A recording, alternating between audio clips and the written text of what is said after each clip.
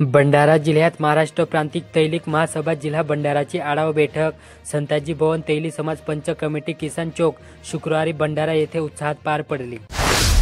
तुमसर येथील देवहाडी येथे जागतिक आदिवासी दिनानिमित्त भव्य रॅलीचे आयोजन करण्यात आले होते। पारंपरिक पिवळ्या वेशभूषेत सजलेले आदिवासी बांधवांनी गावातून काढलेल्या रॅलीतून आपली समृद्ध संस्कृती, परंपरा आणि वारसा यांची झलक दाखवून दिली। भंडारा जिल्ह्यातील आरोग्यदायी आणि पोषणयुक्त रानभाज्यांची जपणूक व जनजागृतीसाठी 12 ऑगस्ट रोजी इंद्रोलक सभागृहात रानभाजी महोत्सव आयोजित झाला।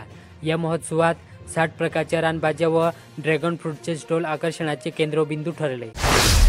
तुमसर गोंदिया राष्ट्रीय महामार्गावर हिट अँड रनचा थरार घडला।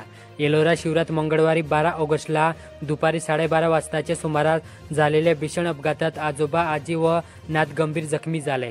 दुचाकीवरून गावाकडे निघालेले त्यांच्या वाहनाला मागून आलेल्या कारने धडक देऊन पळ काढला। तीनही जखमीवर उपचार सुरू आहेत।